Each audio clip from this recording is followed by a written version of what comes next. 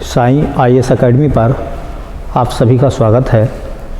और आज हम बात करेंगे गति की, और बात करेंगे हम विस्थापन की, बात करेंगे हम जो दूरी की, बात करेंगे हम उसी में चाल की। विस्थापन में और दूरी में क्या अंतर है ये हम देखेंगे, दोनों को अलग अलग उसके माध्यम से।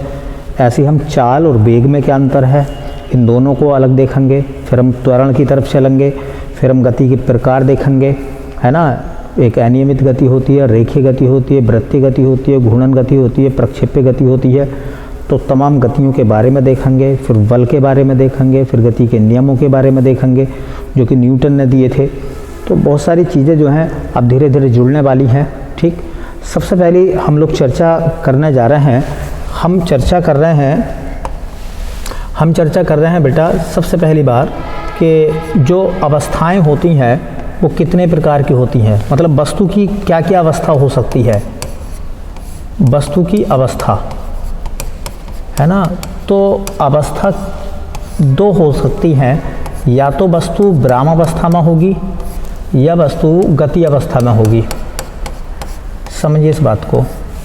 संसार में वस्तुएं जो हैं वो केवल दो ही अवस्थाओं में हो सकती हैं। या तो दुनिया में ऐसी वस्तुएं हैं जो एक जगह स्थिर हैं, ठीक है, या वो ऐसी वस्तुएं हैं जो नियमित रूप से गति कर रही हैं, ठीक है, नियमित रूप से गति कर रही हैं। तो किसी भी वस्तु की दो परिस्थितियां हो सकती हैं, दो स्थितियां हो सकती हैं। या तो वो गति अवस्था में वस्तु होगी या फिर वो विराम अवस्था में स्थित होगी। इसी को देख रहे हैं हम, देखिए इस तरह से। तो मोशन के चैप्टर में, गति के चैप्टर में हमारा पहला स्टेप है वस्तु की अवस्थाएं। और वस्तु की अवस्थाओं में हमने लिखा है कि वस्तु की दो अवस्थाएं होती हैं। दो अवस्थाएं कौन कौन सी होती हैं, एक विराम अवस्था होती है और एक गति अवस्था होती है। खुद से सवाल पूछिए, क्या तुमने किसी ऐसी वस्तु को देखा है जो विराम अवस्था में है? तो आप कहोगे जी बहुत सारी वस्तुओं को हमने देखा है जो विराम अवस्था में है। विराम अवस्था का मतलब रुकी हुई है ना। मेज रखी हुई है घर में, रास्ते में पत्थर पड़ा हुआ है। आपने देखा होगा कि कोई व्यक्ति बैठा हुआ है, ठीक है। आपने देखा होगा कि कहीं भी आप देखोगे तो बस में यात्री बैठे हुए हैं। तो अगर चीज़ें रुकी हुई अवस्था में है तो विराम अवस्था में होंगी। क्या तुमने ऐसी वस्तुओं को देखा है जो गति अवस्था में है? तो आपका जवाब होगा जी, हमने गति अवस्था में बहुत सारी चीज़ों को देखा है। रोड पर हमने मोटरसाइकिल को चलते हुए देखा है, कार को चलते हुए देखा है, ट्रेन को चलते हुए देखा है, ट्रैक, है ना, एरोप्लेन को उड़ते हुए देखा है, पक्षियों को उड़ते हुए देखा है, मनुष्यों को चलते हुए देखा है ना। हृदय की धड़कन है वो भी धड़कता है, तो वो भी गति अवस्था में है, ठीक है। तो गति अवस्था में भी चीज़ें होती हैं। क्या तुमने किसी ऐसी अवस्था को देखा है जो विराम अवस्था में भी हो और गति अवस्था में भी हो? तो ऐसी चीज़ें देखने के लिए नहीं मिलती हैं, है ना। या तो वस्तु गति अवस्था में होगी या वस्तु विराम अवस्था में होगी। फिजिक्स में तीसरी कोई अवस्था नहीं होती है। मोशन के अंतर्गत वस्तु की जो अवस्थाएं हैं वो दो ही होती हैं, या तो वस्तु रुकी हुई है या फिर वो वस्तु गतिशील है। अब रुकी हुई वस्तु किसे कह सकते हैं, विराम अवस्था किसे कह सकते हैं? तो देखिए मैं खड़ा हुआ हूँ, ठीक है, समय बदल लिया है। अगर मैं टाइम देख लूँ अपनी घड़ी में, तो मैंने घड़ी में अपनी टाइम देखा और मैं एक ही जगह पे हूँ 3-4 सेकंड से। समय तो बदल लिया है, क्या मेरी स्थिति बदल रही है, मेरी पोजीशन बदल रही है? अगर समय के साथ साथ किसी वस्तु की स्थिति में कोई परिवर्तन नहीं होता है, कोई बदलाव नहीं होता है, समय तो बदलता रहता है लेकिन वस्तु एक ही जगह हो, तो उस वस्तु को कहेंगे विराम अवस्था, ठीक है। और अगर समय के साथ किसी वस्तु की स्थिति में परिवर्तन हो रहा है, समय भी चल लिया है और मैं भी, है ना, अपने गंतव्य की तरफ, आगे की तरफ बढ़ रहा हूँ, तो उसे बोलते हैं हम गति अवस्था, है ना। जैसे कि कल हमने क्लास नहीं चलाई थी तो कक्षा हमारी विराम थी। कल हमने वीडियो नहीं बनाई, कल हमने आपको वीडियो नहीं भेजी, तो इसका मतलब आप समझ लीजिए कि क्लास हमारी विराम अवस्था में थी। आज हम आपको पढ़ा रहे हैं, इसका मतलब क्लास चल रही है, ठीक है। तो कल क्लास ब्रह्मावस्था में थी, आज क्लास चल रही है। कल जो वस्तु रुकी हुई थी, आज वो वस्तु गतिमान है।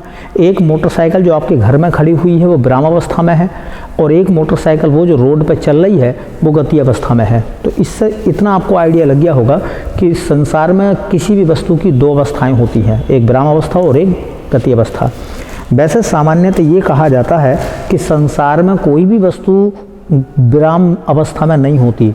संसार में हर वस्तु क्या होती है, गति अवस्था में होती है, लेकिन वो हमें ब्रह्म अवस्था में महसूस होती है। जैसे एक बस में आप बैठे हुए हैं और बस में और भी पैसेंजर बैठे हुए हैं, ठीक है, तो आप एक दूसरे के सापेक्ष उस पोजीशन में जो बस के अंदर हैं आप दोनों, तो उनके मुकाबले आप ब्रह्म अवस्था में है। लेकिन बाहर से खड़ा हुआ कोई आदमी अगर आपको देखेगा तो आप गति अवस्था में है, क्योंकि बस चल रही है, बस के साथ साथ आपका शरीर भी चल रहा है। इसका मतलब यह है कि उस परिस्थिति में आप जो है वो ब्रह्म अवस्था में नहीं है, गति अवस्था में है। अब जैसे एक उदाहरण मैं आपको और दूं, उससे थोड़ा सा और समझना।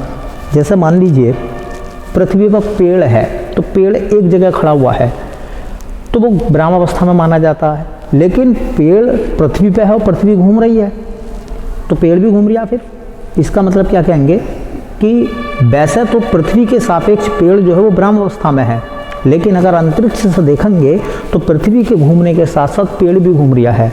तो संसार में सामान्यतः कोई वस्तु ब्रह्म अवस्था में नहीं होती। वस्तुएं किसी न किसी दूसरी वस्तु के सापेक्ष गति अवस्था में ही होती हैं। लेकिन फिर भी हम यहाँ भौतिक में ये देखना चाह रहे हैं, जहाँ हम हैं उन सब चीज़ों को देखना चाह रहे हैं, अपने ही परिवेश की चीज़ों को देख रहे हैं, तो वो वस्तुएं हमें या तो गति अवस्था में नज़र आती हैं या फिर वो ब्रह्म अवस्था में नज़र आती हैं।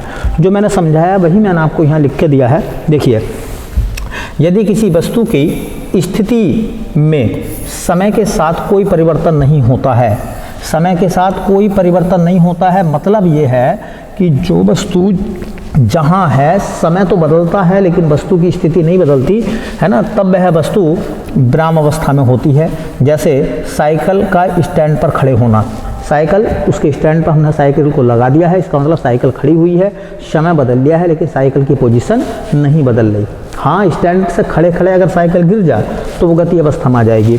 दूसरा कह रहे हैं कि मेज पर पुस्तक का रखा होना, अगर मेज पर कोई किताब रखी हुई है तो समय तो बदलता है लेकिन उसकी पोजीशन नहीं बदलती, इसलिए हम उसे क्या बोलते हैं, उसे हम कहते हैं ब्रह्म अवस्था में है पुस्तक। इसमें इधर क्या लिखा देखो, जब किसी वस्तु की स्थिति में समय के साथ परिवर्तन होता है तब वह वस्तु गति अवस्था में होती है। मतलब समय के साथ साथ वस्तु की जो स्थिति है अगर वो बदलती है तो वस्तु गति अवस्था में मानी जाएगी। और हाँ, याद रखना, गति हमेशा सापेक्ष होती है, निरपेक्ष नहीं होती। सापेक्ष और निरपेक्ष में किस बात का फ़र्क है, देखिए, जैसे मैंने एक उदाहरण दिया कि आप बस में सफ़र कर रहे हैं, बस में आप यात्रा कर रहे हैं, तो बस में और पैसेंजर जो बैठे हुए हैं उनके मुकाबले आप ब्रह्म अवस्था में हैं, लेकिन बस के बाहर के परिवेश के मुकाबले आप गति अवस्था में है। बाहर खड़ा हुआ कोई व्यक्ति अगर आपको देखेगा तो आप दौड़ते हुए बस की स्पीड से चलते हुए नजर आएंगे, ठीक है। तो इसलिए कहा जाता कि गति हमेशा सापेक्ष होती है। हम एक दूसरे से कंपेयर करते हैं, एक दूसरे से कंपेयर कर रहे होते हैं हम। सापेक्ष गति का अध्ययन सापेक्ष होता है, निरपेक्ष नहीं होता। जैसे मान लीजिए आप पढ़ते हैं, आप कितना पढ़ते हैं ये निरपेक्ष है, लेकिन अगर आपका कोई सहपाठी है, आप उससे ज़्यादा समय तक पढ़ते हैं, आप उससे कम समय तक पढ़ते हैं, इसका मतलब आपकी तुलना उससे हो रही है, ये मोशन कहलाएगा, ये गति कहलाएगा, ठीक है। तो गति की तुलना जो होती है वो हमेशा सापेक्ष होती है। जैसे कह रहे हैं कि साइकिल का चलना, तो साइकिल का चलना किस प्रकार का उदाहरण माना जाएगा, साइकिल चल रही है तो वो ब्रह्म नहीं माना जाएगा, गति अवस्था में माना जाएगा। पृथ्वी का सूर्य के चारों तरफ घूमना ये किस प्रकार की अवस्था है, तो ये गति की अवस्था है ना। बाद में जड़त्व के नियम पे भी इस बारे में हम लोग चर्चा करेंगे, एक ब्रह्म का जड़त्व होता है और एक गति का जड़त्व होता है। तो संसार में हर वस्तु की दो अवस्थाएं होती हैं, या तो वो ब्रह्म अवस्था में होती है या वो गति अवस्था में होती है। आई होप, मुझे आशा है, उम्मीद है कि आप इतना समझ चुके होंगे, ठीक है। चलते हैं आगे। देखिए आगे क्या लिखा गया है, दूरी क्या है, डिस्टेंस क्या है ना। कोविड में आपने सुना होगा सोशल डिस्टेंसिंग, है ना, सामाजिक दूरी बना के रखना। तो दूरी क्या है? किसी गतिशील वस्तु द्वारा एक निश्चित समय में तय किए गए पथ की लंबाई, पथ कहते हैं रास्ते की लंबाई को, दूरी कहते हैं। दूरी क्या है? कोई पूछेगा दूरी क्या है? देखिए दूरी क्या है, जैसे मैंने आपसे कहा कि मेरा घर यहाँ से 5 किलोमीटर दूर है। अब मैंने आपको ये नहीं बताया कि मेरे घर को जाने के लिए पहले आपको लेफ़्ट मुड़ना पड़ेगा, फिर राइट मुड़ना पड़ेगा, फिर लेफ़्ट मुड़ना पड़ेगा, फिर राइट मुड़ना पड़ेगा। इसमें मैंने डायरेक्शन नहीं बताई है। मैंने आपसे कहा कि मेरा घर यहाँ से 5 किलोमीटर दूर है। इसका मतलब ये हुआ कि मेरी यहाँ से जो दूरी है मेरे घर की, वो 5 किलोमीटर की दूरी है। कितनी दूरी? 5 किलोमीटर की।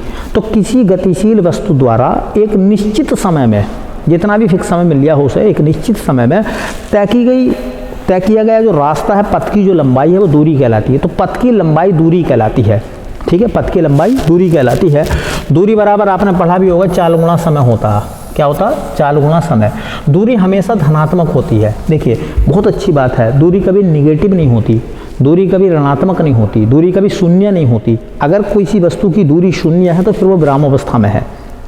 ठीक है, और अगर कोई वस्तु गति अवस्था में है तो उसकी दूरी हमेशा धनात्मक आती है, पॉजिटिव आती है। जैसा मैंने दिखाया है कि मान लीजिए बिंदु ए से एक व्यक्ति जाता है बिंदु बी तक, 5 किलोमीटर गया, फिर बिंदु बी से आगे गया, कितना? 6 किलोमीटर। तो उसके द्वारा चली गई कुल दूरी कितनी होगी? टोटल पथ की लंबाई कितनी हो गई? तो 5 kilometre plus 6 kilometre is equal to 11 kilometre. दूरी का मात्रक क्या होता है? दूरी का मात्रक बेटा मीटर होता है। दूरी की बीमा मैंने पहले बता दी थी, एल होती है। और राशि कैसी है? अदिश। अब यहाँ पे हम लोग बात कर रहे हैं अदिश राशि क्यों है? जैसे मैंने तुमसे कहा कि मेरा घर यहाँ से 5 किलोमीटर दूर है, इसका मतलब मैंने आपको दिशा नहीं बताई है। तो जब कभी परिमाण का बोध होता है, जब आप कभी दूरी बताते हो, दिशा नहीं बताते, तो वो अदिश राशि कहलाती है।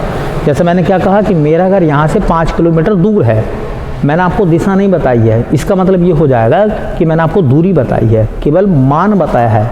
ठीक है, इसलिए वो दूरी जो होती है वो सदिश राशि नहीं है, वो अदिश राशि है। दूरी कैसी राशि है? अदिश राशि। जैसे कि तुम्हारा घर है और तुम्हारे दोस्त का घर है। अब कोई एक व्यक्ति आपसे पूछता है कि तुम्हारा घर है ना, तुम्हारे घर से तुम्हारे दोस्त या मित्र के घर की दूरी कितनी है? तो तुम कहोगे कि भाई साहब यहाँ से 1 किलोमीटर दूर है मेरे मित्र का घर, लेकिन आपने क्या दिशा बताई है? अब वो आदमी किधर को भी जा सकता है 1 किलोमीटर है। अगर मान लीजिए तुम्हारे मित्र का घर तुम्हारे घर से पूरब में है, और आपने कह दी कि 1 किलोमीटर दूर है, वो आदमी तुम्हारे घर से पश्चिम वाले रास्ते पर चला जाए, तो क्या वो तुम्हारे मित्र के घर पहुँच जाएगा? नहीं पहुँचेगा ना। ठीक है, हाँ, तो वो दूरी नहीं है, वो विस्थापन कहलाता है। ठीक है, तो याद रखें दूरी एक अदिश राशि है, दूरी का मात्रक मीटर होता, दूरी की बीमा एल होती है। ठीक है, और दूरी हमेशा धनात्मक होती है, ना वो ऋणात्मक हो सकती, ना वो शून्य हो सकती। तीसरी बात कि दूरी जो है किसी भी वस्तु द्वारा है ना, किसी निश्चित समय में तय किए गए पथ की लंबाई के बराबर होती है। पथ की लंबाई दूरी कहलाती है। चलिए आगे देखते हैं। ये लिखा देखो, ये आ गया विस्थापन। विस्थापन में क्या लिखा है मैंने कि किसी गतिशील वस्तु द्वारा एक निश्चित समय में एक निश्चित दिशा में, इसमें एक चीज़ मेंशन कर दी देखो मैंने, एक निश्चित दिशा में, इसमें डायरेक्शन है, इसमें दिशा है, डायरेक्शन है, में तय किए गए पथ की लंबाई को विस्थापन कहते हैं। जैसे मैंने अभी कहा कि मेरा घर यहाँ से 5 किलोमीटर दूर है, तो ये तो है दूरी। और अगर मैं कहूँ कि मेरा घर यहाँ से 5 किलोमीटर पूरब में है, या आप कहें कि आपका स्कूल आपके घर से 5 किलोमीटर दूर है पूरब दिशा में, तब किसी व्यक्ति को जब आप अपना एड्रेस देते हो, परिचय देते हो पते का, तो दिशा बतानी पड़ती है। जैसे कि आपने कहा कि मेरा जो घर है ना, या स्कूल है मेरे घर से 5 किलोमीटर उत्तर दिशा में है, तो कोई आदमी अगर तुम्हारे स्कूल को जाना चाहेगा, तो तुम्हारे घर से अगर वो चलता है तो उत्तर की दिशा में अगर वो 5 किलोमीटर चलेगा, तो क्या वो तुम्हारे स्कूल में पहुंच सकता है? नहीं पहुंच सकता? पहुंच सकता है, पहुंच जाएगा मतलब वो, इसलिए उसे कहते हैं विस्थापन। तो एक निश्चित दिशा में तय की गई दूरी, एक निश्चित दिशा में, एक डायरेक्शन, उसमें डायरेक्शन आनी चाहिए, तय की गई दूरी, ये तय की गई पथ की लंबाई को हम विस्थापन कहते हैं। विस्थापन बराबर क्या होता है? वेग गुणा समय। विस्थापन होता है वेग गुणा समय। बताएंगे वेग क्या है ना। विस्थापन धनात्मक हो सकता है, विस्थापन ऋणात्मक भी होता है और विस्थापन शून्य भी होता है। तो विस्थापन धनात्मक, ऋणात्मक और शून्य हो सकता है। कैसे देखो, एक व्यक्ति बिंदु ए से चला 5 किलोमीटर दूर बिंदु बी तक, बिंदु बी से वो आगे गया, उसी दिशा में गया है 5 किलोमीटर सी तक, ठीक है। तो बताइए पहले और आखिरी स्थान की स्थितियों में कितने किलोमीटर का अंतर है, कितने किलोमीटर का फर्क है। ये पहला स्थान है ए और बाद का स्थान है सी, इन दोनों स्थानों में कितने किलोमीटर का अंतर है। तो आप कहोगे भाई साहब 5 ये हो गया और 6 ये हो गया, ए में और सी में 11 किलोमीटर का अंतर है। हाँ, तो इसलिए इसका विस्थापन हो जाएगा 5 + 6 = 11 किलोमीटर। और सुनना यह है कि विस्थापन ऋणात्मक कैसा होता है। देखिए, एक बिंदु ए से कोई व्यक्ति चलता है बी तक और वो चलता है कितना, 5 किलोमीटर। कितना चलता है, 5 किलोमीटर। फिर बी से इसी बिंदु से लौट कर आ जाता है वो, और यहाँ से आगे चला जाता है कितना, 6 किलोमीटर उल्टी दिशा में। तो बताइए ये वाला रास्ता इतना अगर मैं बना दूँ तो 5 ऊपर है, 5 ये हो गया। इधर को आप देख रहे हैं वो पहला गया था 5 किलोमीटर, अब 5 किलोमीटर लौट के अगर यहाँ आ जाएगा तो 0, क्योंकि पहला और आखिरी बिंदु ये हो जाएगा। लेकिन सवाल ये है कि पहले और आखिरी बिंदु में कितना अंतर आ रहा है, इतना अंतर आ रहा है। ये नीचे वाला 6 है मान, ऊपर वाला 5 है मान, तो 1 का अंतर बैठा। लेकिन ए से गया था वो दाईं तरफ, लेकिन मान है उसका बाईं तरफ, डायरेक्शन का अंतर है। इसलिए विस्थापन कैसा हो गया, वो 5 किलोमीटर गया था, 6 किलोमीटर वापस चला गया, उल्टी दिशा हो गई, इसलिए चिन्ह माइनस का आ जाता है। तो प्रारंभिक और अंतिम स्थितियों के बीच में 1 किलोमीटर का फर्क हो गया, इसलिए इसको हम बोलेंगे कि इसका विस्थापन -1 किलोमीटर है। तो विस्थापन ऋणात्मक भी होता है। विस्थापन शून्य कब होता है, आप एक काम करते हैं, 5 किलोमीटर जाते हैं इस दिशा में, 5 किलोमीटर आप इस दिशा में जाते हैं और 5 किलोमीटर लौट कर वापस आ जाते हैं। तो बताइए, पहला आप इधर को 5 किलोमीटर गए थे, फिर 5 किलोमीटर लौट कर आ गए, तो जहाँ से चले थे वहीं आ गए या नहीं आ गए। तो आप कहोगे कि भाई साहब ठीक है, जहाँ से हम चले थे 5 किलोमीटर गए, 5 किलोमीटर आ गए। तो तुम पहले भी बिंदु ए पर थे, अब भी बिंदु ए पर हो, जबकि आपने 5 किलोमीटर जाने में और 5 किलोमीटर आने में दूरी तो 10 किलोमीटर की तय करी है, लेकिन पहले और आखिरी बिंदु के बीच में कितने किलोमीटर का अंतर है, कोई अंतर है ही नहीं।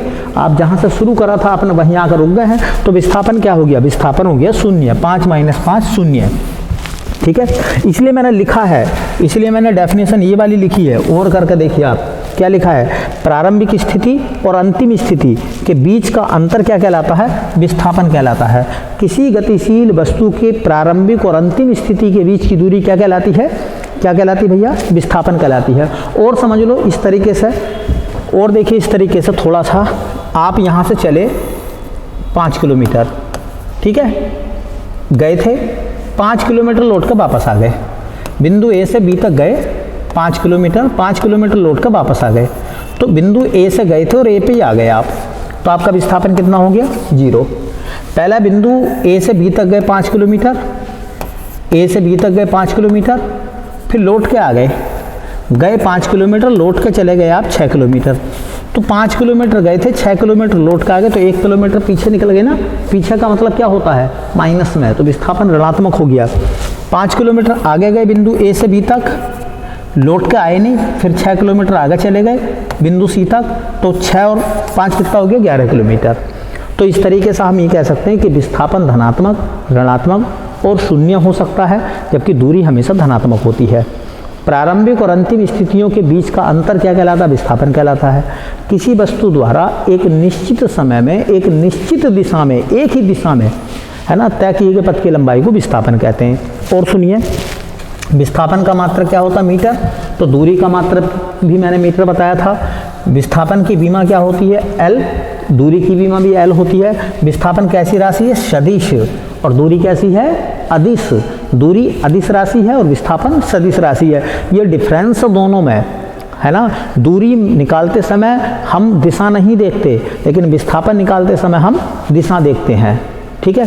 आपने बहुत सारी चीज़ों को देखा होगा, कहीं आपने किसी का एड्रेस इस तरीके से लिखा हुआ देखा होगा, माइलस्टोन पर लिखा हुआ देखा होगा, माइलस्टोन पे चिन्ह लगा हुआ होता है इस तरीके से, है ना, और लिखा हुआ होता है मान लीजिए 50 किलोमीटर, है ना, लिखा हुआ होता है कि लखनऊ जो है वो 50 किलोमीटर है, यहाँ माइलस्टोन लगा हुआ है। इसका मतलब ये है कि लखनऊ 50 किलोमीटर है। इस वाले बिंदु से अगर आप इस दिशा में, उत्तर दिशा में, सीधी दिशा में चलते रहेंगे, कितना 50 किलोमीटर, तो क्या आ जाएगा, लखनऊ आ जाएगा। इसलिए सदिश राशि है।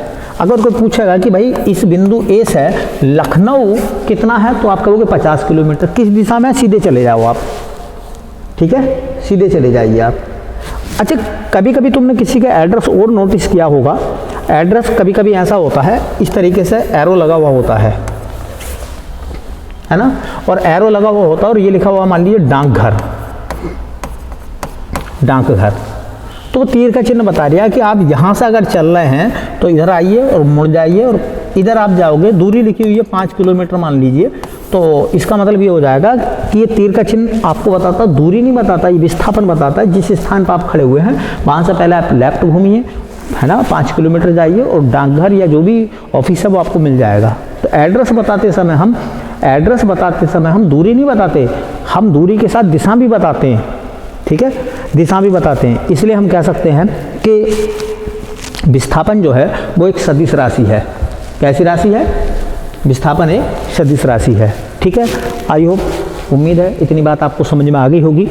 चलते हैं नेक्स्ट पोर्शन की तरफ। ये लिखा मैंने चाल, है ना। चाल किसे कहते हैं भाई, चाल किसे कहते हैं, किसी गतिशील वस्तु द्वारा एकांक समय में, 1 सेकंड में या एक समय में तय की गई दूरी क्या कहलाती है, चाल कहलाती है। जैसा मान लीजिए मैं अपने घर से निकला और 5 सेकंड में मान लीजिए मैं 10 मीटर चला।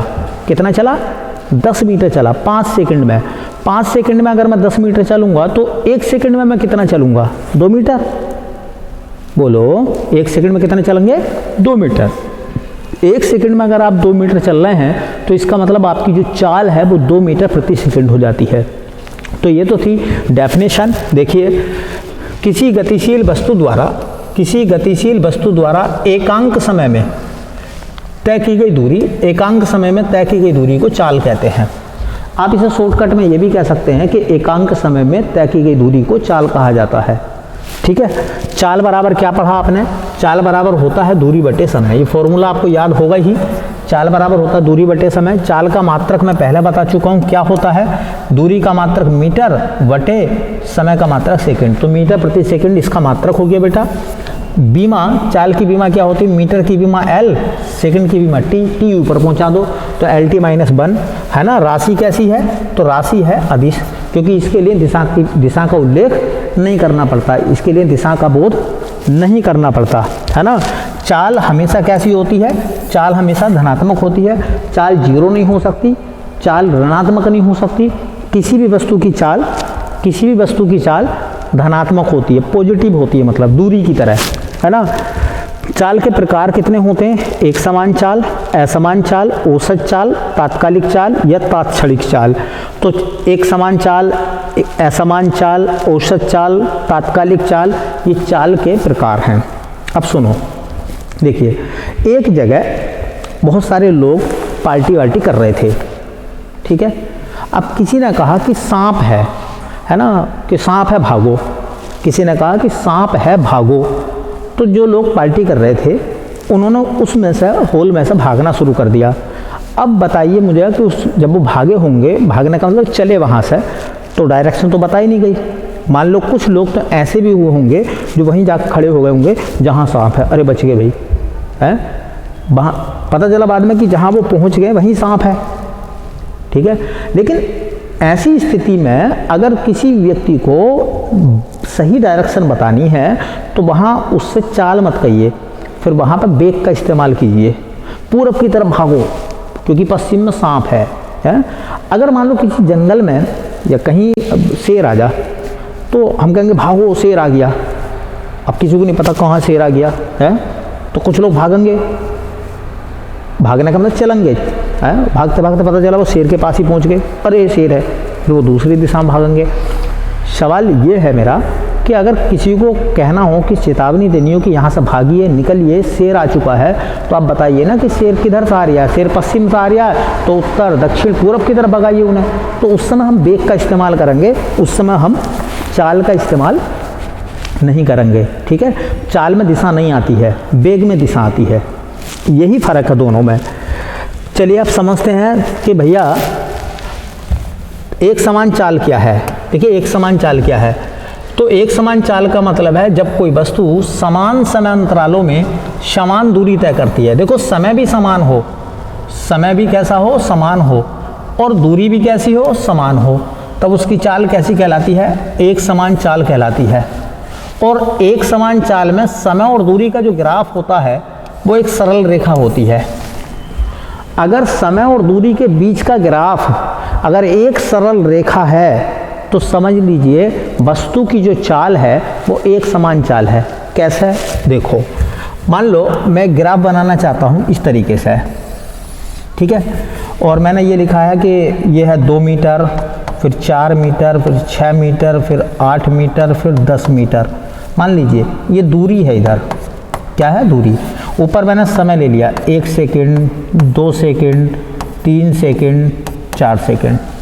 अब मैंने ये लिखा है अगर समान चाल है, कोई वस्तु 1 सेकंड में अगर वो 2 मीटर चलती है, क्लियर, तो 2 सेकंड में कितनी चलेगी, 2 सेकंड में चलेगी 4 मीटर, है ना। 3 सेकंड में कितनी चलेगी, 3 सेकंड में चलेगी वो 6 मीटर। 4 सेकंड में कितना चलेगी भाई, 4 सेकंड में चलेगी 8 मीटर। तो 1 सेकंड में 2 मीटर चल रही है, तो ये है समय वाला कॉलम, ये समय का कॉलम है। अब 1 सेकंड में अगर वो 1 सेकंड में 2 मीटर चल रही है, तो इसका मतलब सेकंड वाला कॉलम और 2 मीटर वाला कॉलम आप मिला दीजिए, यहाँ मिल जाएंगे दोनों। 2 सेकंड में कितनी चल रही है, 4, तो इसे 4 को ऊपर उठा लो, 2 सेकंड को ऐसे ले आओ, मिल गया, ग्राफ ऐसे बनता है ना। फिर 3 सेकंड में 6 चलेगी, 6 को ऊपर भेज दो, ऐसे मिला दीजिए आप, हैं, ऐसे मिल जाएगा, ठीक है। ऐसी 4 सेकंड में 8 चलेगी, तो 4 सेकंड में 8 चल गई। अगर इन सभी बिंदुओं को मिलाओगे तो एक स्ट्रेट लाइन बनेगी। क्या बनेगी, एक स्ट्रेट लाइन बनेगी, एक सीधी रेखा बनेगी। अगर सेकंड मतलब समय और दूरी का ग्राफ जो है अगर एक सरल रेखा है, तो समझ लीजिए वस्तु जो है एक समान चाल से चलती है। वस्तु कैसी चलती है, एक समान चाल से। अगर सरल रेखा है तो, और अगर सरल रेखा नहीं बनती है, जिगजैग है, जिगजैग मतलब उल्टी सीधी अगर वो चलती है, तो फिर वो ग्राफ भी जिगजैग आएगा, असमान चाल वाला। तो समझ में आ गई बात ये। अगर कहीं दूरी और समय का ग्राफ जो है एक सीधी रेखा है, तो वस्तु की चाल कैसी होगी, एक समान चाल होगी। कैसी होगी, एक समान चाल होगी।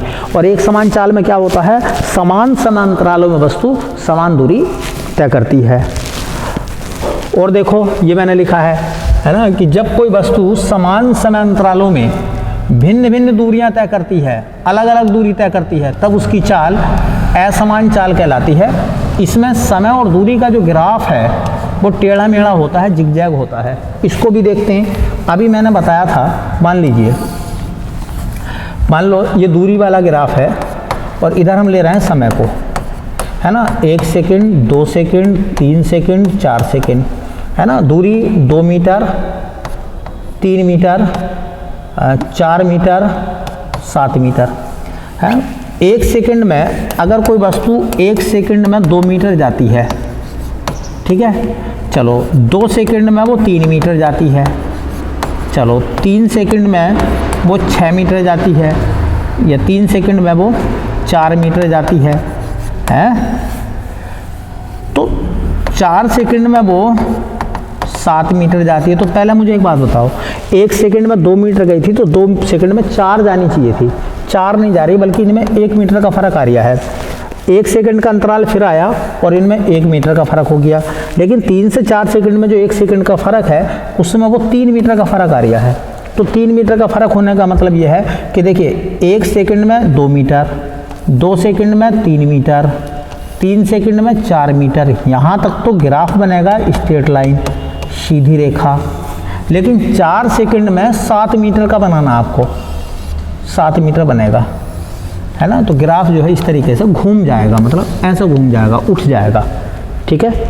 तो अगर ग्राफ टेढ़ा मेढ़ा है, अगर मान लो टेढ़ा मेढ़ा ऐसा ग्राफ है, ठीक है, ऐसा ग्राफ है किसी वस्तु की चाल का, तो वो चाल समान नहीं है बल्कि वो असमान चाल है। पेपर में आपको इतना याद रखना है बस कि अगर ग्राफ सीधा है, सरल रेखा है तो एक समान चाल है, ग्राफ टेढ़ा मेढ़ा है तो वो असमान चाल है। बस जब चाल स्थिर ना हो,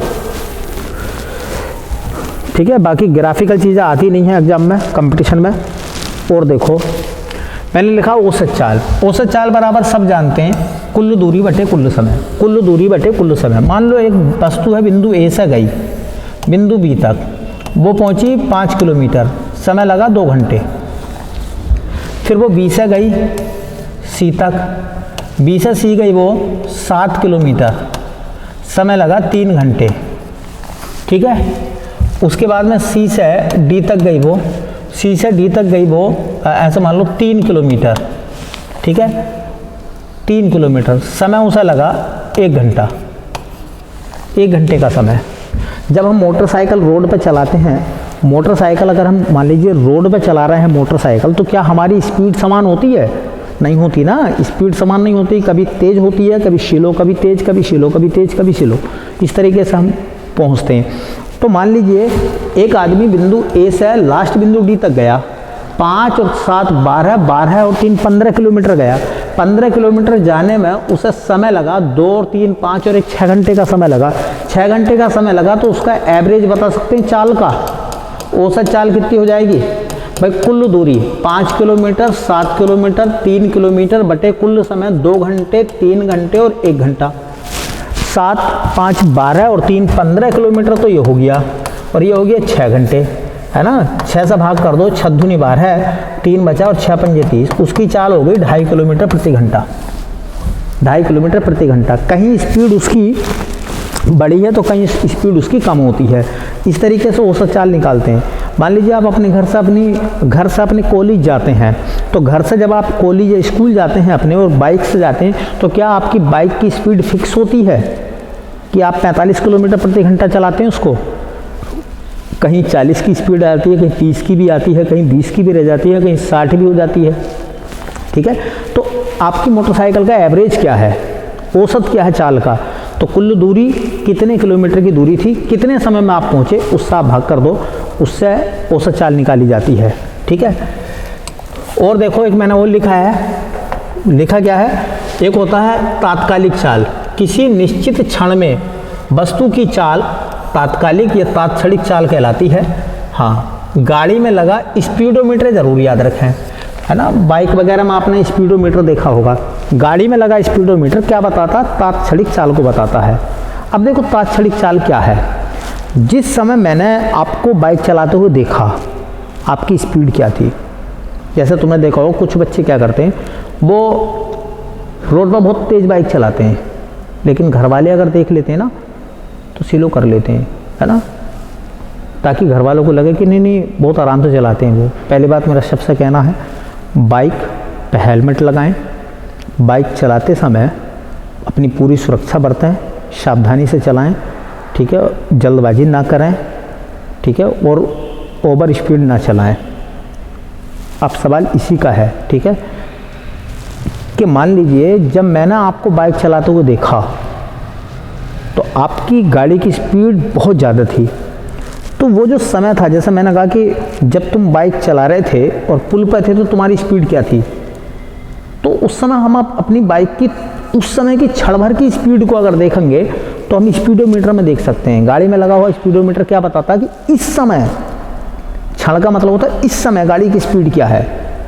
वो समय नहीं जब हम घर से चले थे, वो समय नहीं जब हम आगे पहुंचेंगे। जिस समय हम मीटर की तरफ देखते हैं तो मीटर ये बताता है कि इस समय तुम्हारी गाड़ी की चाल इतने किलोमीटर प्रति घंटा है। जिस समय हम मीटर की तरफ देखते हैं उस समय जो गाड़ी की चाल होती है, उसी चाल को हम क्या बोलते हैं? तात्कालिक चाल या तात्क्षणिक चाल कहते हैं, ठीक है।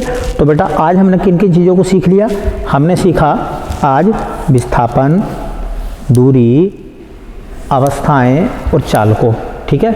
नोट्स बनाते रहिए, चीज़ों को समझते रहिए, कमेंट करिए, ठीक है। अगर चीज़ आपको समझ में नहीं आती हैं या कुछ और उदाहरण से आप समझना चाहते हैं तो मुझे, है ना, हम कमेंट करिए हमारे चैनल पे, हम आपको और डिटेल में जानकारी देंगे और अच्छे से उसको समझाएंगे, चाहे हमें टॉपिक दोबारा चलाना पड़े, वो चाहे वो दोबारा हमें रिवाइज कराना पड़े, ठीक है।